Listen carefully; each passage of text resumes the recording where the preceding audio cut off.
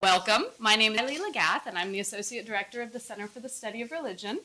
And I'm delighted to welcome you to the first lecture in our series on the crossroads in religion and politics, which we co-sponsor, the Center for the Study of Religion and the Woodrow Wilson School of Public and International Affairs.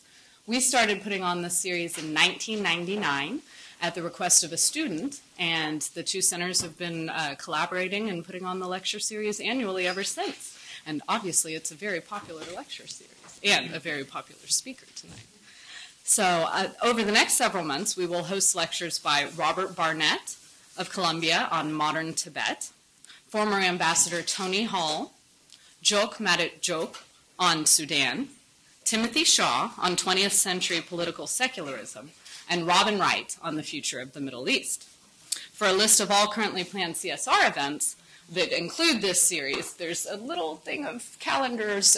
Could you gesture to those right next to you? I couldn't find a good place to set them. So, or you can always check the website of the Center or the Woodrow Wilson School for up-to-date events. The next event will be by Robert Barnett on November 6th at 4:30 in this room. So we hope you'll join us then. In previous years, we've had a focus on either foreign affairs or domestic affairs, but I think this year we have a good mix of both, so something for everyone this year. But back to today's event, we have Bernd Strider, and to introduce him, we have Catherine Lofton, who is a visiting postdoctoral fellow at the Center for the Study of Religion. She was assistant professor at Indiana University of Bloomington from 2006 to 2008, and in July of 2009, she will join the faculty of Yale University as Assistant Professor of American Studies and Religious Studies. Her research interests focus on the intersection of religious innovation, consumer culture, and the modern imaginary. She's working on 2 book projects this year here at the Center. The Modernity in Mr. Shaw, Modernisms and Fundamentalisms in American Culture, focusing on one editor of the Fundamentals, John Balcom Shaw, who was remitted from the Presbyterian ministry in 1918 following accusations of sodomy. And, for something lighter, Oprah, The Gospel of an Icon, which appraises a contemporary international celebrity, humanitarian, and charismatic authority as a contemporary exemplar of multiple patterns in American religious studies. So, and yes, she is fun to talk to, as her research suggests. So, Catherine. Thank you, Jenny. Good afternoon. There are people who talk about religion and politics, and then there are people who do religion and politics. As someone who participates in the most ponderous former, let me say, the latter is no easy affair. Yet over the course of 15 political campaigns, and through the development of communication plans used in over 35 congressional and statewide races, Bernd Strider has done the difficult, the impossible, the frightening, the necessary. He has done the tightrope, offering to multiple leaders of the Democratic Party clear counsel on the ratty, natty subject of religion. Creating this career has included service under many august titles, including Chief of Staff to U.S. Congressman Ronnie Shaw's, Regional Communication Director for the Democratic Congressional Campaign Committee, Director of the U.S. House Democratic Faith Working Group and Rural Working Group, Advisor to Speaker Nancy Pelosi, Director of Policy for the U.S. House Democratic Caucus, and, most recently, Senior Advisor and Director of Faith Outreach to U.S. Senator Hillary Clinton and her campaign for president. It was for this work, and indeed his long career, that Bernd Strider was named one of the 12 most influential Democrats in the nation on faith and values, politics, and issues by the Religion News Service. A native of Mississippi, Bernd Strider speaks openly about the necessity of keeping religion and faith present in political debate. Keep on having the conversation with people of faith, he has said. Be real. Be authentic. The American people want to know who a candidate truly is. Indeed. To this end, Strider has formed the Eleison Group, a consulting firm helping political, nonprofit business, and governmental entities better understand America's faith landscape, including the seemingly whimsical but brilliantly subterranean initiative to ally country music and its industry with the Democratic Party. A project that will, as the Frankfurt School has shown us, have more consequence than 5,000 position papers. Today, he will speak on a subject gaining urgency as the weeks pass. Left behind in the culture wars of 2008, evangelicals, culture, and the politics of moose hunters, community organizers, and family values. On behalf of the Woodrow Wilson School and the Center for the Study of Religion, please help me welcome Bernd Strider to Princeton University.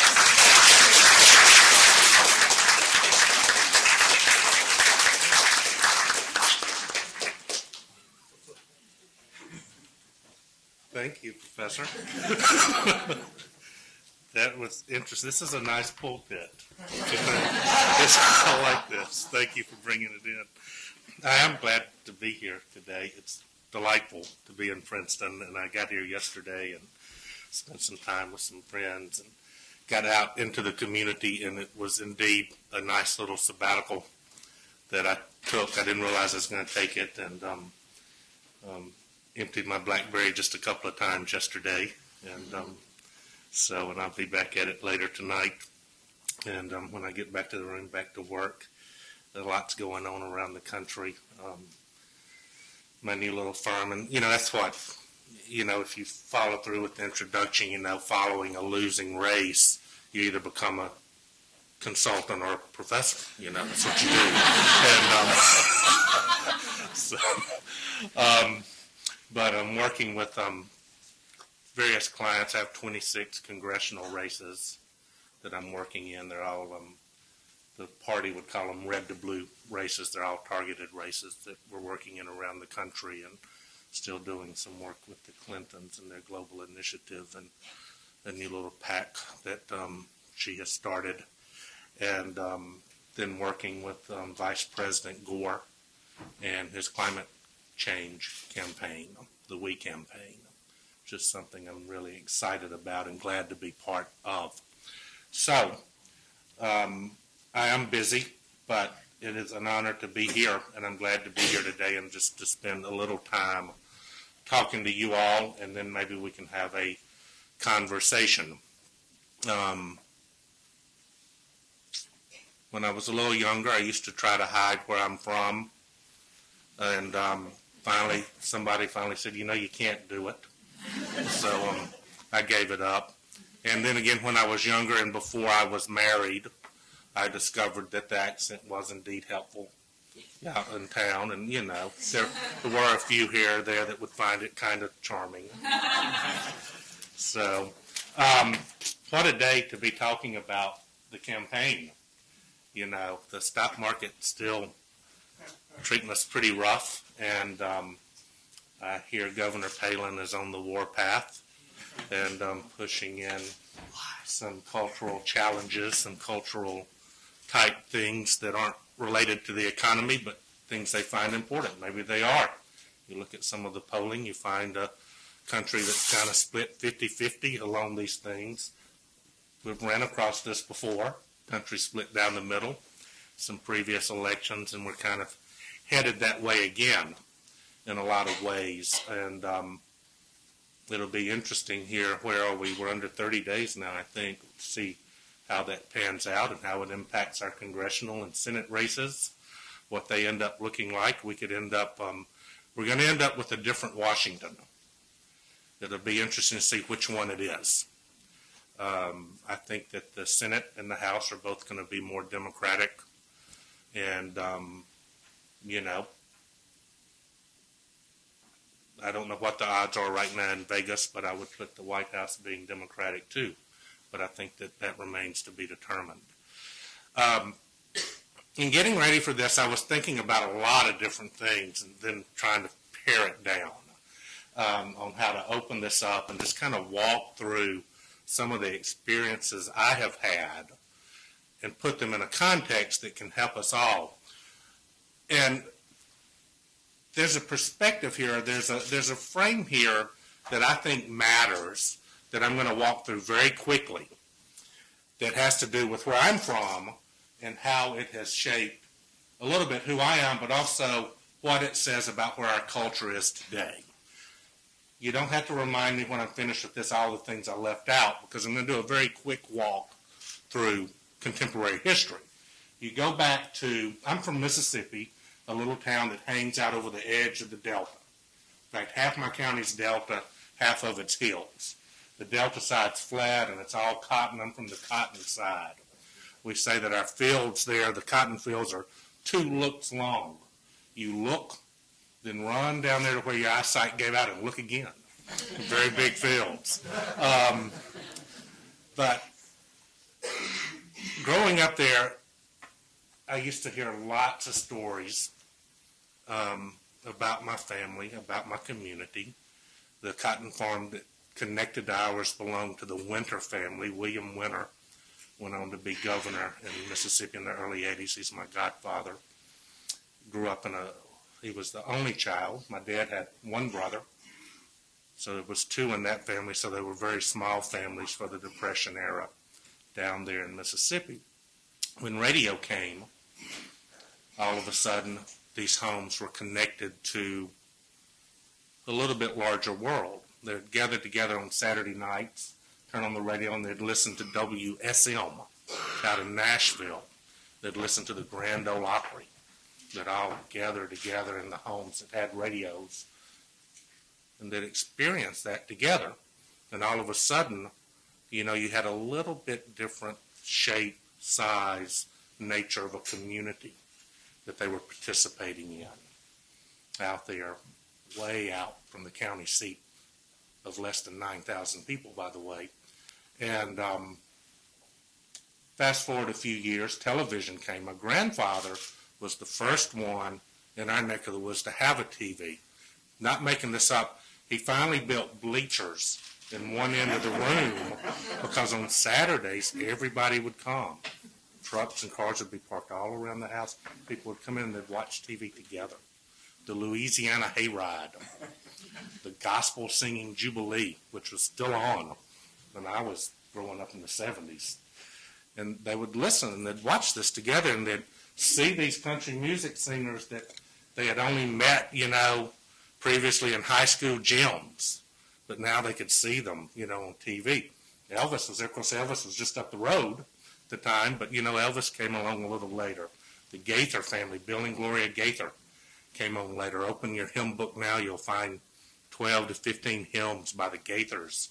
Turn on your TV after midnight, you'll find an infomercial, the Gaither family homecoming, They're still out there. I know about this because when I was young, preteen, I'd come in from school, I'd sit on the front porch with my 2 grandmothers. It seemed like every day of the year they were shelling Purple Hull Black-Eyed Peas. I was doing it on the front porch, and you'd sit there and you'd tell stories. That's what you did. And I learned about the bleachers in the house. I learned about all kind of things, just sitting there talking to them. Well, in the early 80s, cable TV came, and MTV Spring Break came with cable, and all of a sudden I'd come in from school and walk by my grandmother's and go to the TV. All of a sudden, I connected myself to a different type of community and started participating in something different out there. Earlier this year, I'm in this line of black SUVs driving through the South Carolina night. It's about 11:30. We're beat. President Clinton looks at me and he says, "Hey, let's keep campaigning. I'm not ready to stop. What else can we do?" We're about an hour out from Columbia, and it's a Thursday night before the Saturday primary. And I say, well, let's go to the student union at the University of South Carolina. He's like, that's what we're going to do. So we headed to the student union.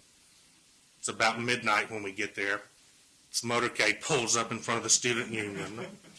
Door pops open, and there's the president. And we go in, and there are 5 students sitting in the student union. And they all just sit there. And they just look at him. They just sit there. The president tells an assistant, "Get me a latte." I'm like, get me a venti. There's a Starbucks. Shocker, there's a Starbucks. And so we get the coffee. He goes over and starts talking to these 5 students. Within about 10 minutes, there are 15 or 20 students there. Within 30 minutes, we're hitting 100. By 12:30, there are 200 students packed into the student union. Security has come and set up rope lines outside.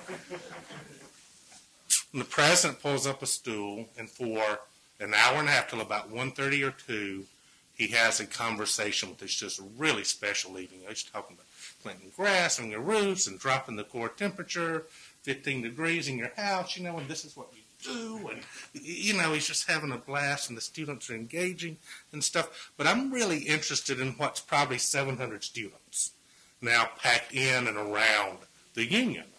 And when we're finally finished, I asked one of the students who was there, I was like, how did they get here? He was like, well, I sent this to Facebook. Yeah. And then it went out to everybody who's connected, everyone in the campus, that Bill Clinton was in the union.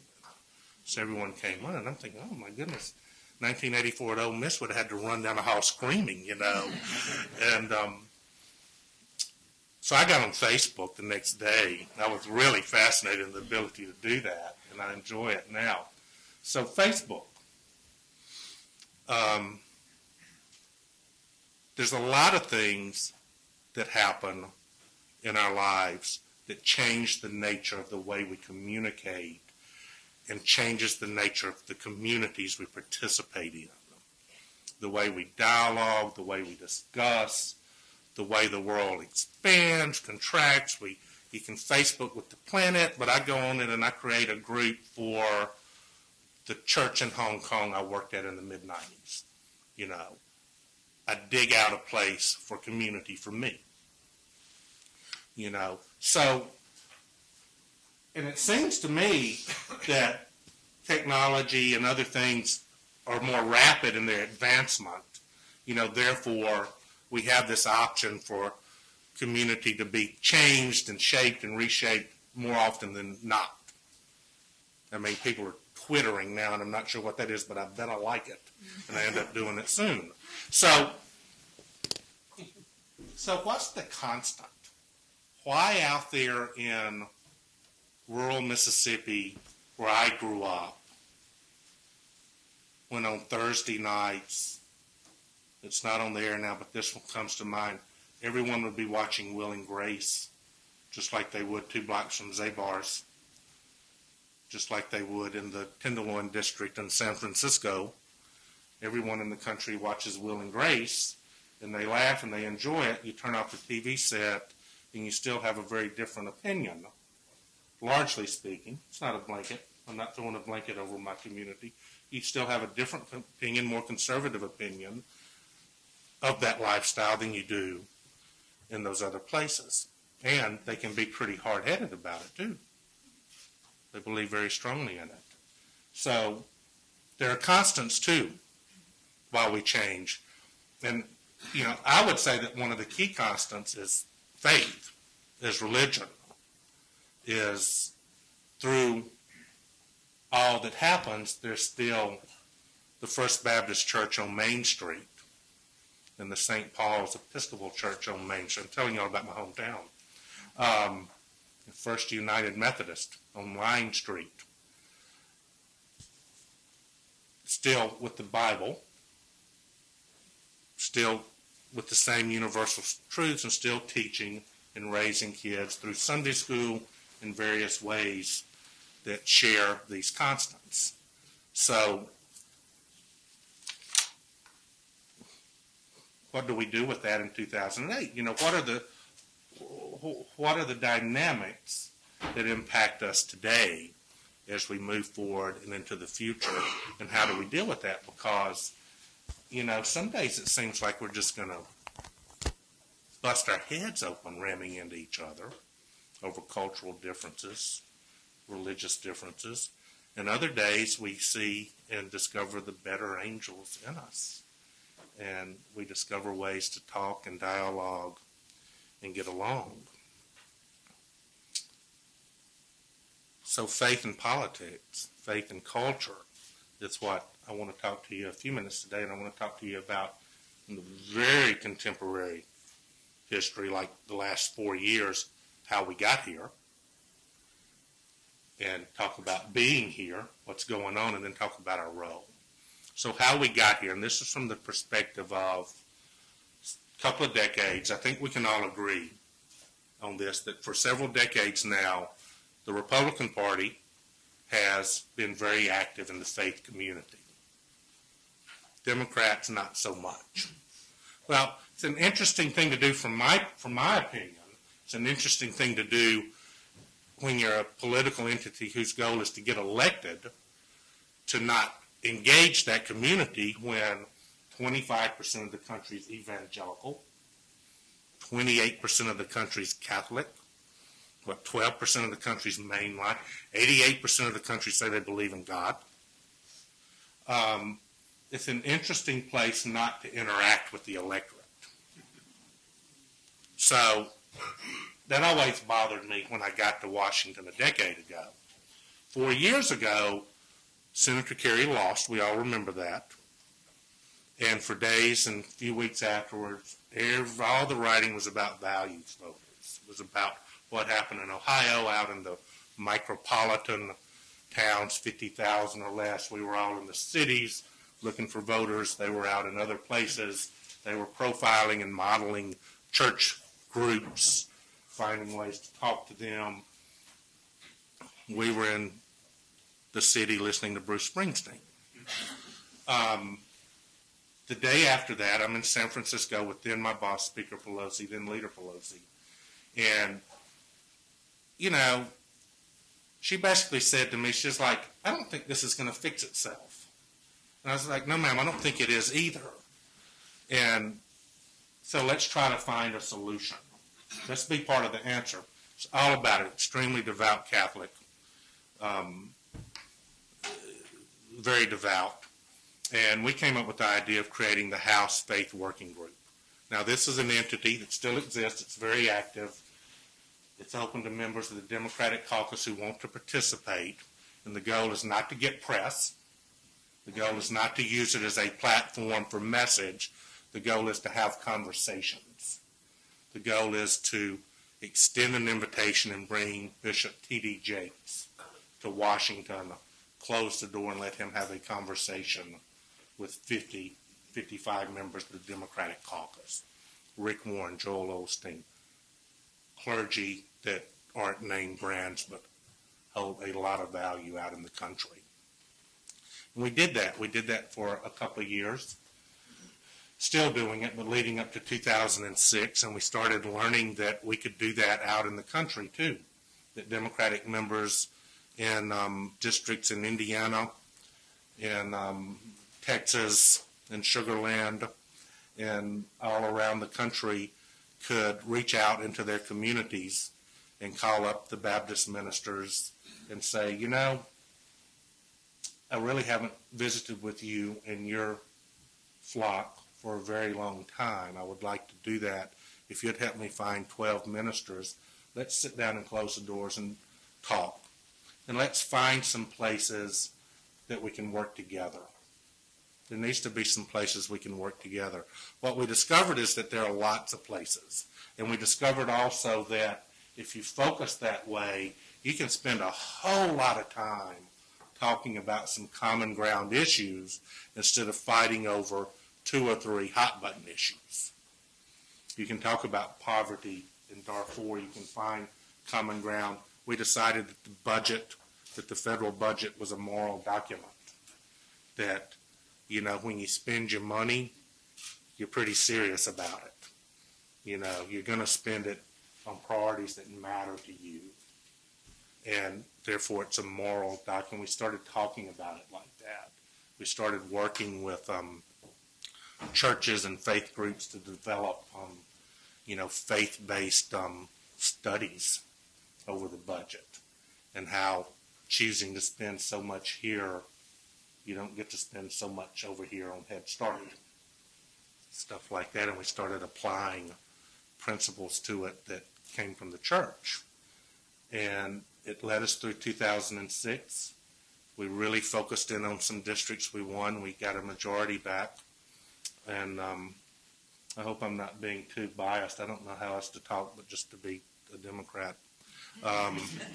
So you can challenge away in a minute.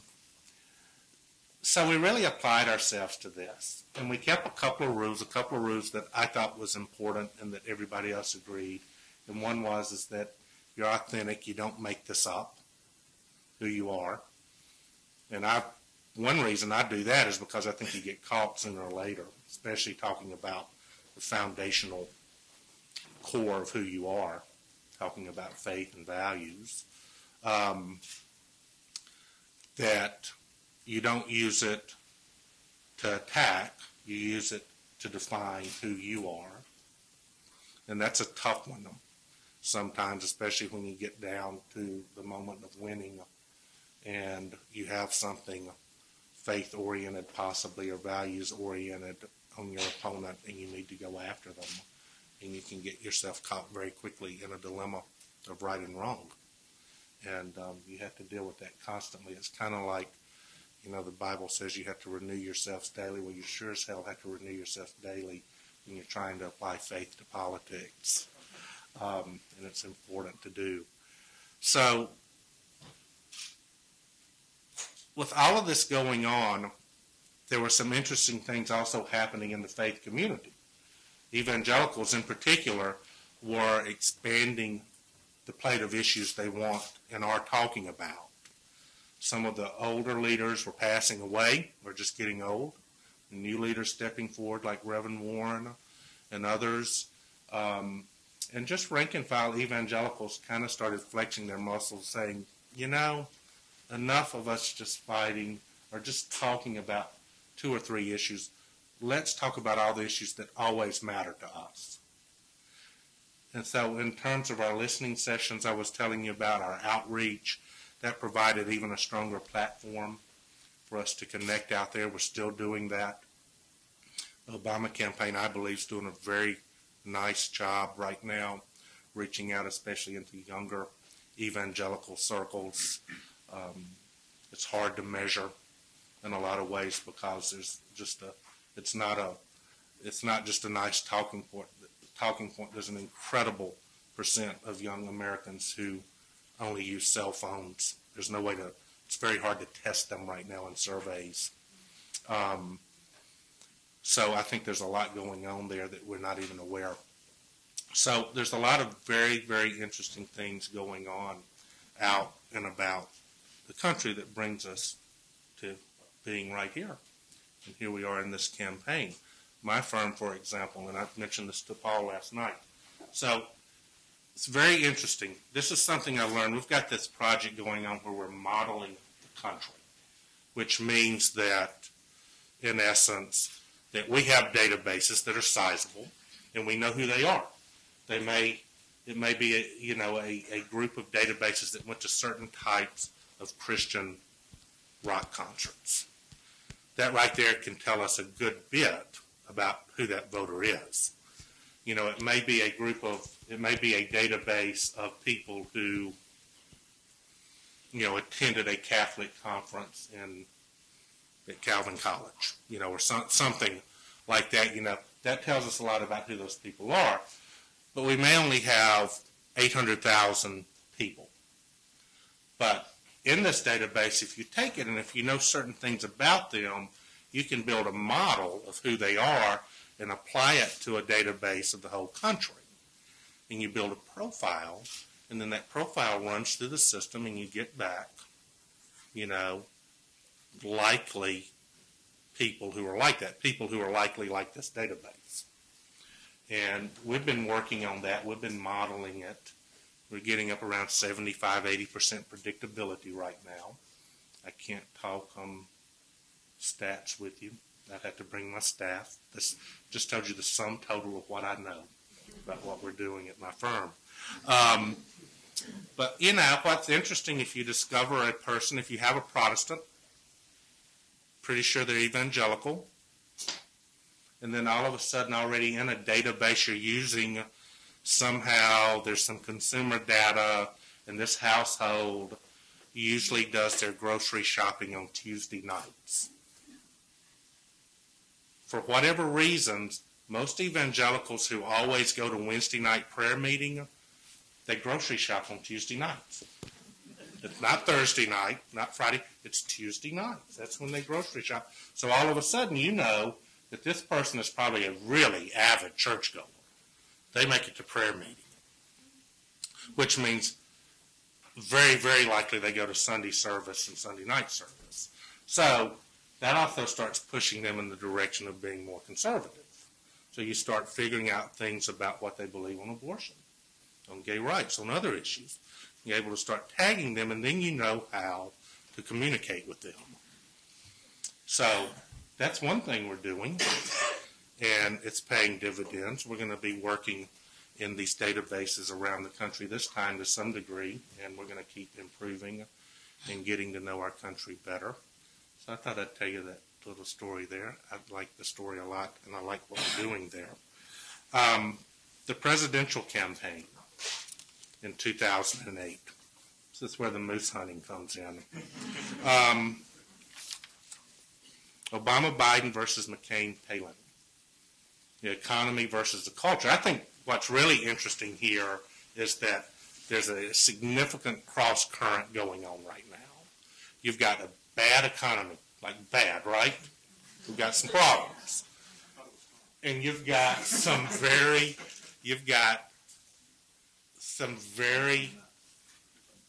significant reasons for people to look at cultural issues. You've got an African American who is going to very likely be president. That's a change. If we had a composite of the presidents right now on the wall, and you put Senator Obama at the end, it's different, right? You know, it's exciting for me. It's very exciting coming out of Mississippi and the things that are important to me. I get really, really excited about that personally. But for a big chunk of the nation, you know, they're thinking about this. I mean, there are cultural things going on too. So you've got significant economic issues and cultural issues just beating each other to death right now in a lot of American minds. And, you know, which one wins, you know, of the issues, which in that, you know, what happens here, it's going to be really interesting. You know, obviously, just today, yesterday, again, going back to Governor Palin, we see them pushing out. They're wanting people to focus more on the cultural stuff than the economic, is what it seems like to me. That's what they're talking about. And, you know, the Obama-Biden campaign, they're focusing more. They're being a little defensive right now, but I think that's smart on some of the attacks. But, you know, they're focusing in on the economic issues. So who wins? A lot of what we've been fighting over since the 80s, right, has been, you know, is it the economy stupid? And then we lose, you know, or we manage to win, 92. So it's an interesting moment for us as Americans and what's happening in the country and how we go about it in our professions and how we deal with it and how we help our, you know, whatever our side is, how we help it win. And it's also interesting in what Americans are going through and the choices that they're going to make, because it will indeed define us in very big ways in the coming years. A few years ago, I'm in Columbia, South Carolina one night. When I'm with the House, I'm policy director for the House Caucus. And I'm down there with Mr. Clyburn, Jim Clyburn, who's the majority whip right now. And it's late. I'm back in my hotel room. He's at home. And this is the day that two significant things are happening. One of them is extremely significant. Another one was just the fact that there was a great football game on, a bowl game. It was Florida State and Penn State. And they played like all night long. Like the game wouldn't end, you know. But this was the day of the really tragic coal mining incident in West Virginia.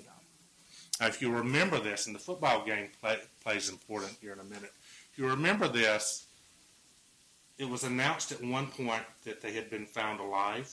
Do y'all remember this? And then later on, so we go into this football game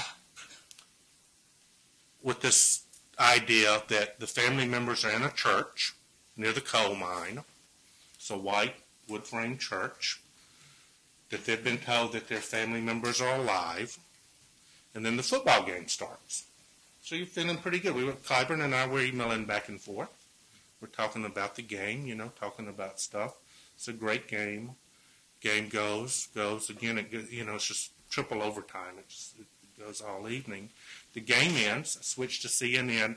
The coal miners are dead. You remember that? And they're set up outside, the TV cameras are set up outside of this church. And family and friends of family emerge from the church. And they will stop a few of them. And I'll never forget this. The first one they stop, they ask him a question, and the gentleman says, I paraphrase here, he says, I know everybody thinks that we're just a bunch of hicks, but, and he goes on to talk about the loss. 5-10 minutes later, another person comes out of the church. It's a woman. She's asked a question. She practically says something very similar. She says, I know everybody in America thinks we're just uneducated, but. You remember the family had announced that, or some of the family members, when we thought they were alive, had announced that it was a miracle, that it had been praying for a miracle, and it was a miracle. Well, I wasn't there. I don't know this for sure, but I'm pretty sure that they were using that word rather seriously, that they weren't throwing it around like we do in Northwest D.C. It's a miracle, the milk's not spoiled, whatever. It's... that they were very serious about that God had manifested himself and had saved their family. Then they discovered that had not happened. But they were taking the time to say to America on camera that, I know what you think of us. And I thought that was so interesting. And I was like, gosh, they know the jokes we're saying. They know the jokes in Northwest D.C. at dinner parties. They know the jokes here in academic areas. They know. And that's when it dawned on me that we're probably wrong when we roll our eyes and we say, why aren't those people voting their interest? Because sometimes other interests just dominate. I mean, if you think that, if you're concerned about that, if you think another group of people feel a certain way about you, why would you listen to them on other issues, be it economic issues? I mean, culture and economics connect. I'm using culture very non-textbook here. I'm using it, to suggest the way we relate and what's going on in our society and how we feel about each other. It's that connection. And so we've got to become very aware of how we do interact.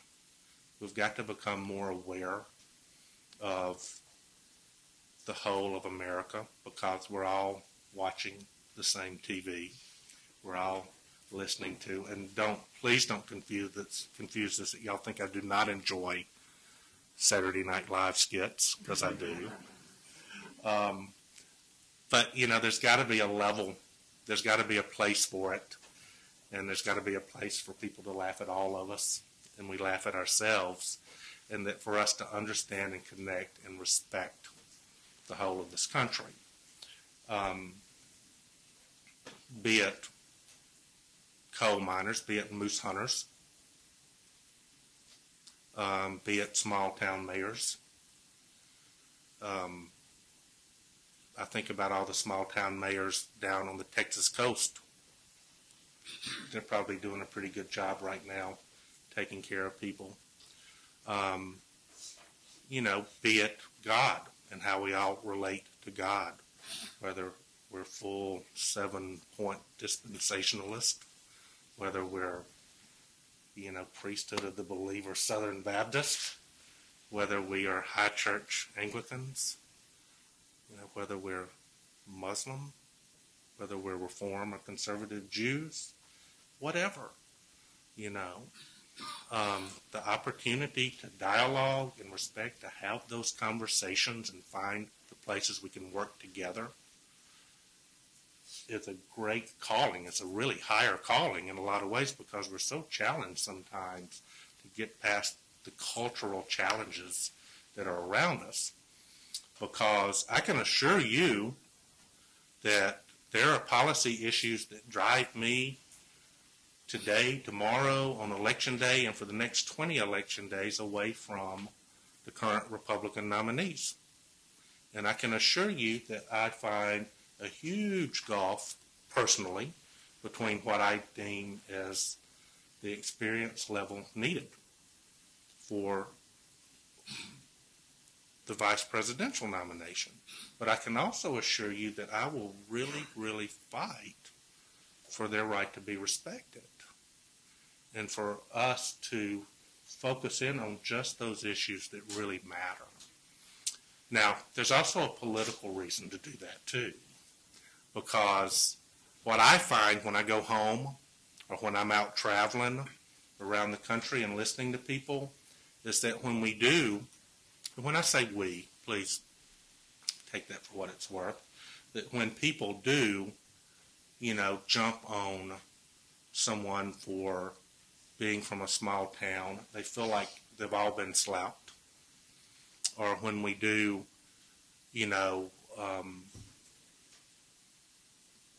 hunting, when we disparage or attack or make light of hunters, there's big parts of the country who feel like we have slapped them. It's not just the person we're taking on. So that creates a problem on how in the world do you expand your base? How do you have a larger conversation? How do you respect the coal miners, if they feel that way?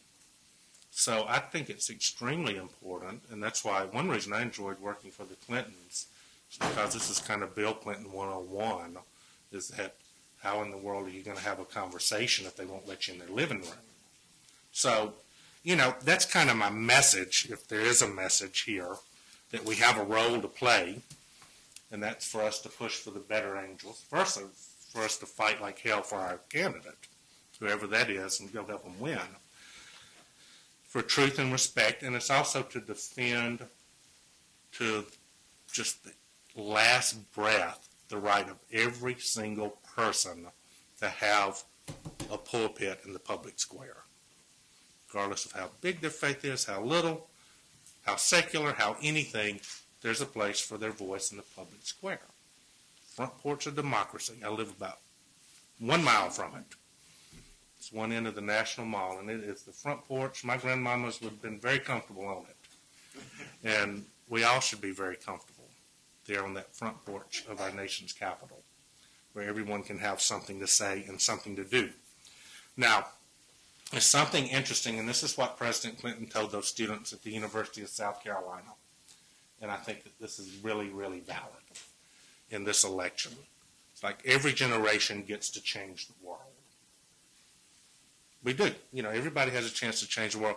He said, but there are a few generations, every now and then, there are a few generations who literally have the opportunity to save the world. World War II generation, that's certainly goes on that list. You get to save the world. And he was talking about it to these students in the context of global warming, that the rapid movement of this and the velocity, the growing velocity, that change has to come, and it has to come now, and it has to come very quickly. I was with an energy producer today out at the Carnegie offices, one of the companies out there, talking to them about this. And, he's actually ready to transition, but, if he puts $2 billion in solar, he still doesn't know if the government's going to decide to put it in wind. R&D, things have got to come together, and it's going to be all of our leadership, not just pushing it as activists, but, finishing up here and moving into your places of leadership in government and business and nonprofits and wherever, and making this happen, because it's got to happen, and it's got to happen now. And your generation gets to save us, and I really believe that. And this election really matters when you think about the different points of view, when you think about where people are on these types of issues. And so I hope you're all involved in this. Anybody in here remember Barbara Jordan? Congresswoman, African American from Texas, right? This is like one of my, it's like, I love Fannie Lou Hamer better. Y'all remember Fannie Lou Hamer? She was a sharecropper from Ruleville, Mississippi. She took the Freedom Democrats to Atlantic City and seated them, fought to have them seated over the regular white Democrats. And she has that famous line where she says, "I'm sick and tired of being sick and tired." But Barbara Jordan was this amazing congresswoman from Texas who keynoted, I think, 2 conventions. One of her speeches was incredible. And she keynoted 2, 92. I was a delegate, and she keynoted. She was in a wheelchair. She was speaking to the Baptist Joint Committee once. The Baptist Joint Committee is a bastion of progressives. It made it through the takeover back in the 80s of the Southern Baptist Convention. It survived, much smaller than it was. But you find people there, you find Southern Baptists active there like Bill Moyers, still going. It's still based in Washington. They're still fighting, writing briefs and doing their thing at the Supreme Court. She spoke to them once, and she's told them this. She says, this is from the standpoint of a believer. She says, it's not our job as public servants, as citizens of this country, to be God's mouthpiece, because none of us can claim to know what God is wanting to say. She said, but what we are here to do as believers is just to be God's instruments. And we do know the things that are important, the things that matter in terms of serving others, standing up for those who don't have their own voice, and fighting for the things that we find just. And that's a quote that I hear a lot in circles I run in, one that I find important because I like who it came from and I like what it says. And that's a good way to look at it, because I know a lot of people become very concerned about faith in politics. And I think that's a fair thing to be concerned about, because we've dealt with it. But what I get more concerned about is when only part of the faith community is involved in politics. And because we've kind of seen that over the last 20 years. And in many ways, we need a more balanced and equal voice out there, and it needs to be in perspective of who we are as a country and who we are as a diverse country of all types of believers and faiths. And so with all of that flowery stuff said, I'll leave here in the morning and go back to trying to win some races out there for some candidates I think are great people. I hope I have provided something helpful today, or something to give us something to think about. Do we get to do questions? So with that said, thank you. And if you have some questions.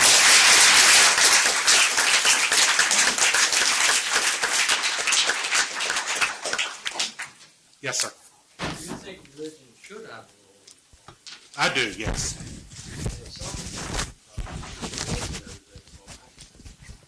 Really don't have a chance to get anywhere in politics. For example, Muslim, agnostic, atheist. I'm an agnostic. How come they ever?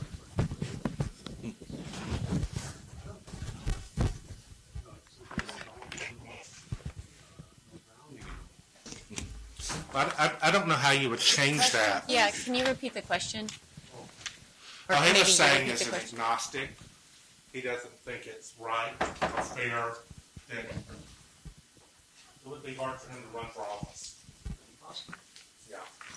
So, well, I think that's true. Then it's not just agnostics, but atheists and Muslims.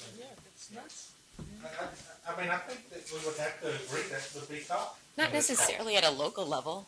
And we have Depending on where you live. That's why I argue there's a voice for everybody. I was just going to say, not necessarily at a local level. I mean, it depends on what you mean by office, right? But I think there are a lot of places at the very, very local level where You get you know. You get into certain types of universes. Right. Yeah, sure. There's a Muslim who is congressman for Minneapolis. Now, there's a Buddhist who's a congressman in Atlanta. So, I mean, that's true. And they're both members of the Faith Working Group. Yes, ma'am. Maybe we should work toward, rather than vetting people by the name of their religion, the denomination of their religion, you give your set of values from which you're coming from. And it may be informed entirely by that religion or not. But you get a chance to say what they are. And then if someone wants to believe that you're just making that up because you're an atheist or something, they can believe that. But at least you have a chance to say, yes, I have a morality, this is what it is, and this is what I base basing my belief, my political. I don't know how we do it, but No, I mean, I think that would work. I was on, did a segment with Sam Donaldson during the convention, and he asked me point blank, should preachers endorse? And he was surprised when I said no. I don't know what he thought I believed. I said no. I was like, 2 weeks ago, I advised the minister to not endorse, to stay out of it. And I was like, in fact, your voice is stronger and better if you do not endorse, but you keep talking very specifically about the issues that matter to you. Keep talking out from a moral standing, and that's what I believe. Yes, sir. What do you do about the abortion issue, basically? You've got 25% evangelicals, 28% Catholics. Those two faiths are officially committed again to believing that abortion is murder. And you can talk about a moral issue, but you're also talking about a political issue. When a preacher or a bishop tries to say there is only one important issue, the issue of murder, and in effect they are involving themselves in politics. How did you advise Hillary Clinton and the Democrats in Congress to deal with this problem? Yeah, and that's obviously an issue that matters every day, and the Catholic bishops are getting involved and speaking out as they have in the past. First of all, we have to recognize the fact that the 25 and the 28% are not monochromatic. I mean, there is some sway in there on where they are on, when you dig into particulars on that issue, and their intensity level. Is that the issue that decides your vote? Those numbers should fluctuate in there. Now, with that said, I think that there's a very important argument to be made to simply say, look, when was Roe v. Wade? 73? Yeah. Since 1973, we have drawn this line in the sand. We drew it in 1973, and we're still standing in the same place we were in 1973. There's a problem with that. You would discover it in lots of classes that talk about, how you get along and how you resolve things. That would be a problem. There's a better way to do this. Let's sit down and talk about it. Let's talk about this issue and see if we can't get it off the table. For example, Rosa DeLauro from Connecticut, very liberal Democrat. Tim Ryan, they're both Catholics. Tim Ryan from Ohio, a younger second term, third term Democrat, have a bill that's about abortion reduction. And the bill talks about things you do to reduce abortions in the country. Adoption, education, planning, all types of things. Better sonograms. Just all types of things that you can do to help reduce the number of abortions in America without ever having to discuss the criminalization of women. It works. It doesn't work for a lot of people, but it works for enough. I mean, aren't we? We're trying to get over 50, and it does. And it's because it's a valid argument to make, and it's one that a lot of candidates are using now and talking about various degrees and in different ways out around the country. That's one approach, and that's one that I think is valid politically, and not that politics isn't reality, but in reality too. Yes, ma'am. How you respond to the critique that as you're bringing morality and values into how you're running campaigns and how you're conducting politics, it makes it much more difficult to have real conversations with someone who disagrees with you about what the best policy outcome is. Because once you put things in terms of this is right, this is wrong, this is what my values say, it's harder to compromise and it's harder to really look at full spectrums of policy options. Right. The values are already there. I mean, that's why they're already on the table. I mean, that's why we clash. And that's why we end up kind of spiraling downward into arguments, over issues that I would say at the moment are not economic, because I think the debate should be on the economy, which, by the way, I think that liberals do themselves a great disservice when they assume in their minds, therefore they act it out, that the economy is not a values-based issue. It is a value, and you have to look at it that way. It's a value because it's about families, it's about strong families and strong communities, making ends meet, getting braces on your daughter, affording college. It's an economic issue, and you have to look at it. If you look at it properly, then you'll talk about it properly, and all of a sudden you won't sound like you're from the CBO in Washington, and everybody's just like, what the hell are they talking about? But no, I hear what you're saying, but I mean, I would just argue that we're already dealing with it, that we already have this dynamic going on where people's values are on the table, and we get dogmatic, and we argue in ways that aren't healthy, and,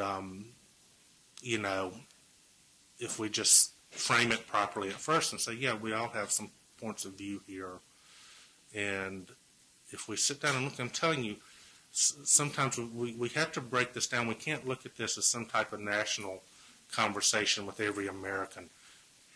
Go into a town and get a room and bring 12 people in it and start talking.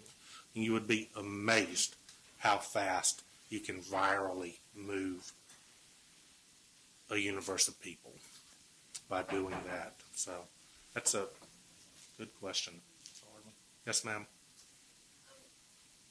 I've, over the past year or so, been to sort of a number of talks in this series and related talks on the intersection of faith and politics, and it's a really interesting topic to me. And often I find that you sort of have the whole conversation, and there's sort of a cursory mention of Muslims or Buddhists or Jews, or, but it seems to me that we're talking about Christianity, and that's fine. But as a person of faith, and as a person of values, and as a Democrat, when I know we're not talking about my faith, and when I know we're not talking about my values, it feels ingenuine to use this vocabulary and to say, when we're talking about faith and politics, we're kind of talking about pandering a little bit, or we're at least talking about one part of this. And to say values voters means people who are anti-choice, means people who don't support gay marriage, is really, and I don't mean to put words in your mouth, but I'm uncomfortable imagining running for office someday and being okay using values to just describe part of America's values. I just said the economy is a value. I mean, what did I say is not a value? I mean, I would argue that everything is a value. I mean, these people that think that there are just 2 or 3 issues that defines a values voter, they are in right field, extreme right, and they're just wrong about it. And it's up.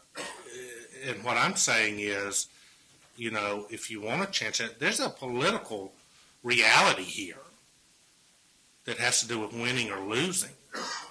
I mean, I'm not telling you how to go tell people to think. They're already thinking this. So, you've got to figure out how to deal with it. But if you share what you believe in terms of your values, you don't share it in terms of someone else's. If you're uncomfortable with it, don't do it, because you're going to be phony. I guess I'm uncomfortable with the idea of sort of where the party is taking this, and I think that Democrats need to be better at reaching out to Christian voters and faith voters in general, and I agree with most of what you're saying. I think it's the right direction politically. But I'm just a little confused about how we do it differently. How we don't let what happens be saying, oh, the Republicans got it first, but now we're going to catch up. You don't want to become the religious right on the left. Right. Religious left. I have that fear too. Maybe if we all carry that fear with us, that will keep us, And I don't say, I'm not dismissing you, but that's, when I mentioned there are things we have to renew ourselves daily to make sure that that we do this right. And I would agree that one way to do it right is not to end up being a carbon copy. This is tough. Yes, ma'am. You mentioned a little bit about how you think it's a good idea to be careful about sort of not attacking or even alluding to certain people as being, uneducated, or that when you do that, people feel sort of slapped in the face, and I definitely agree with that. Sure. But I'm kind of wondering then, why do you think it at least appears so effective to attack people who are arugula-loving, Ivy League, urban-dwelling? Have you been on my Facebook site? Huh? No, I haven't. I put my status Saturday night. I was like, why does this waiter have arugula on my hamburger?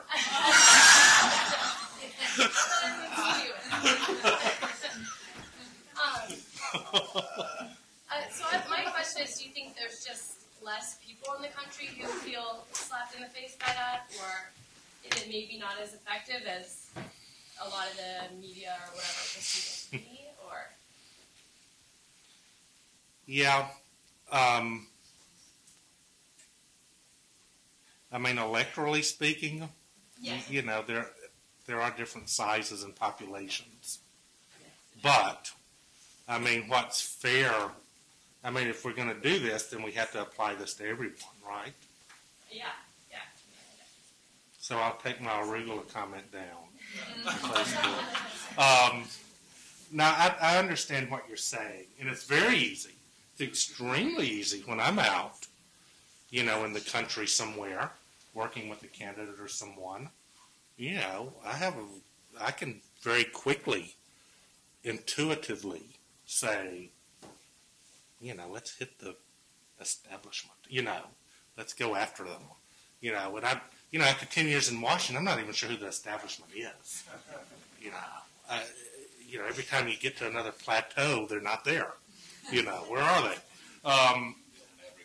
But I understand what you're saying, and there's a universal application here that should work, and you're right. And the Republicans have done a very good job this time of equating everybody, the media, Democratic leaders, Ivy Leaguers, everybody into being this face of, condescension and, people who just don't like you out there, And they've done a very good job of doing that this time. Sometimes you have to ask yourself, why is, with us having such a big money,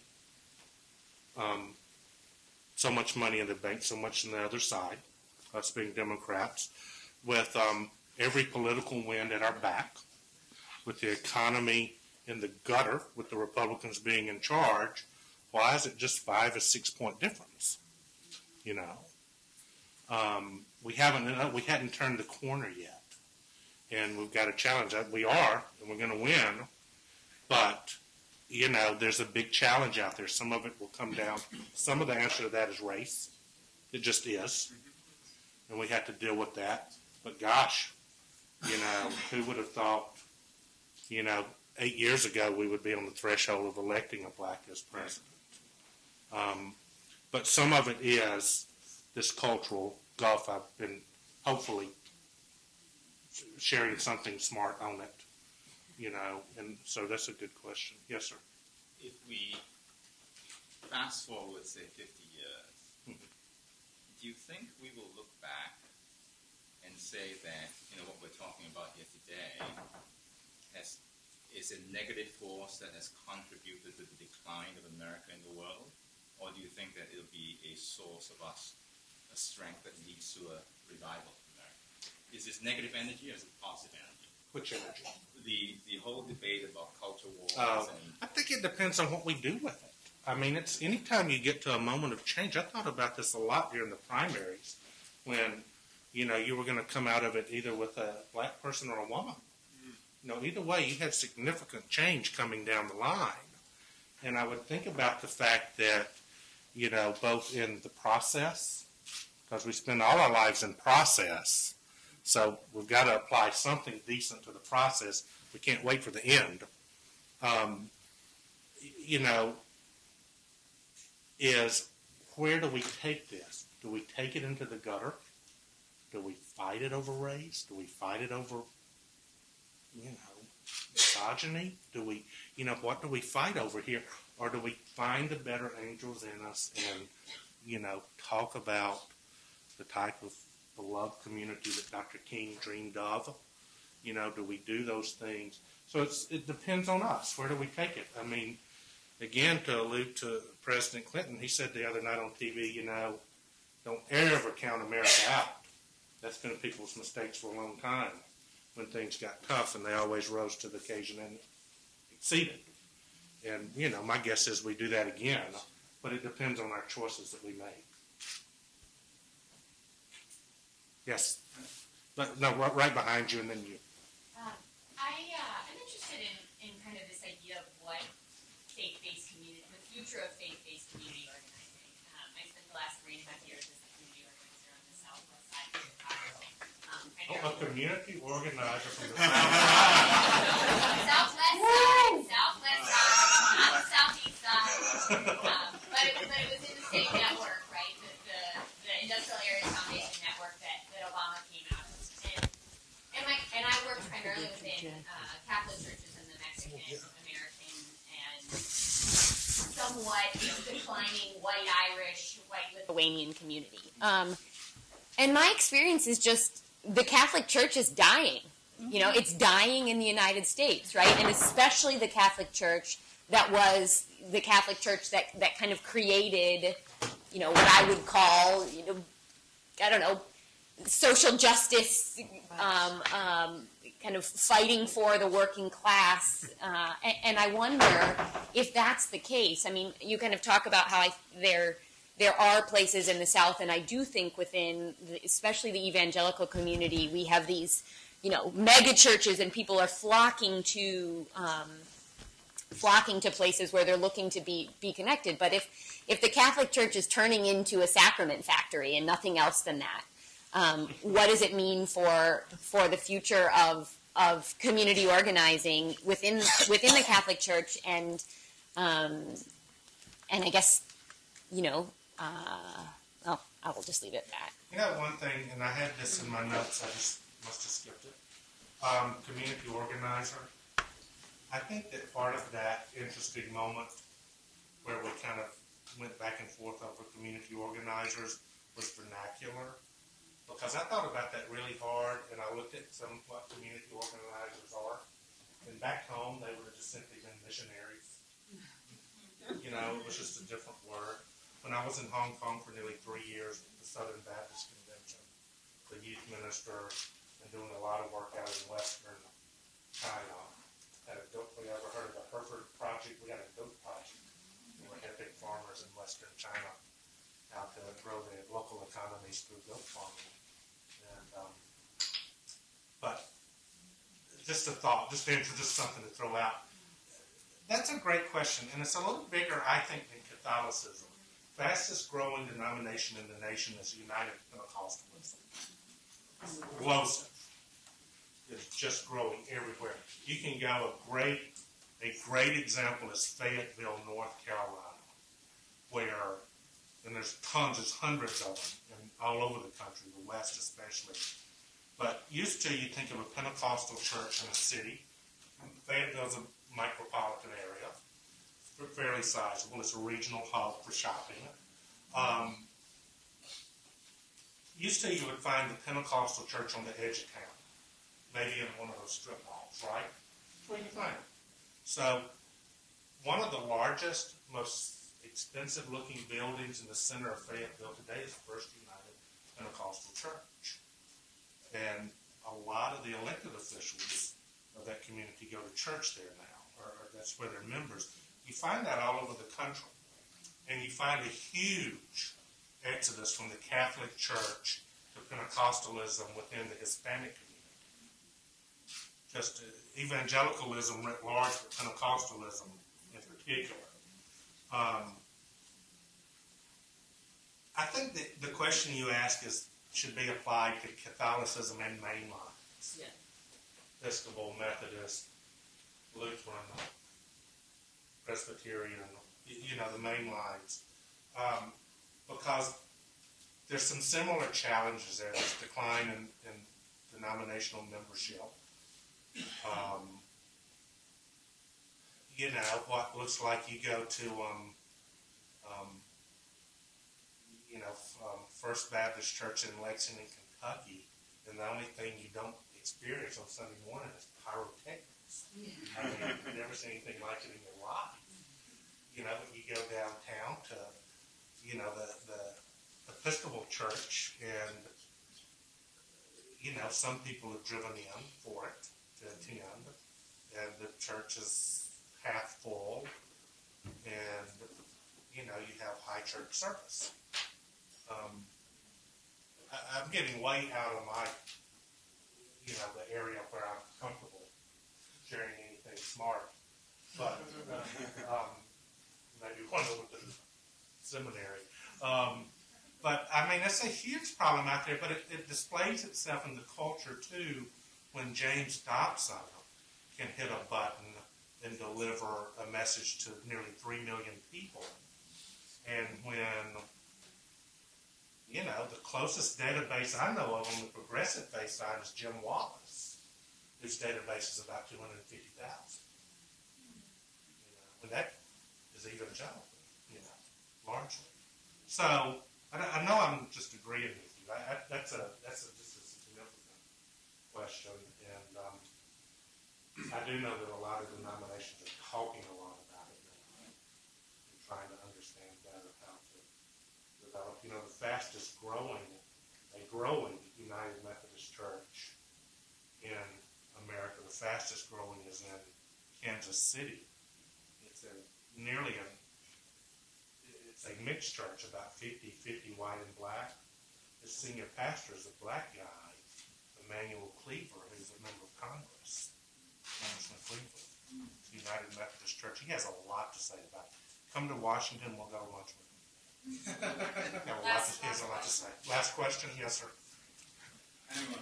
Politics, now that we have the internet, first thing will do when I get home tonight is put on the Gallup poll, which is a 3-day running average, and it comes on at 1 o'clock, but I wasn't there at 1 o'clock today. But once a week, he has this demographic breakdown, which is even more interesting. And the 3 ones that strike me in the last 2 weeks are the regional breakdown, the 4 regions, and the South is overwhelmingly red. The other 3 regions, Northeast, Midwest, and West includes the lightly populated states out there. And they're all for Barack. The next one that's important is the breakdown by going to church, and that hasn't changed much. The heavy-duty churchgoers are all for McCain, and the non-churchgoers are all in the other direction, and then there's some in between. But the real clincher is the demographics by sex and race. And if Brock wins, it's going to be, according to this, the combination, what's going to put him over the top are the Hispanics and the blacks. Simple as that. He doesn't have a majority of the whites, and it's closer with the women than he is with the men. And that tells you the story of where it is now, and the South is different from other places than that, and the South includes Virginia and North Carolina, which may very well go for Barack. So that means the rest of the South is really over there with the red. That was the last question. My prediction, y'all want my prediction? Sure. Is that it's going to be about a 50-50 popular vote, but we're going to put it over. In a lot of states, it's going to be an electoral college one. I think we carried the popular barely, but I think we have an electoral college one. Maybe that's my prayer.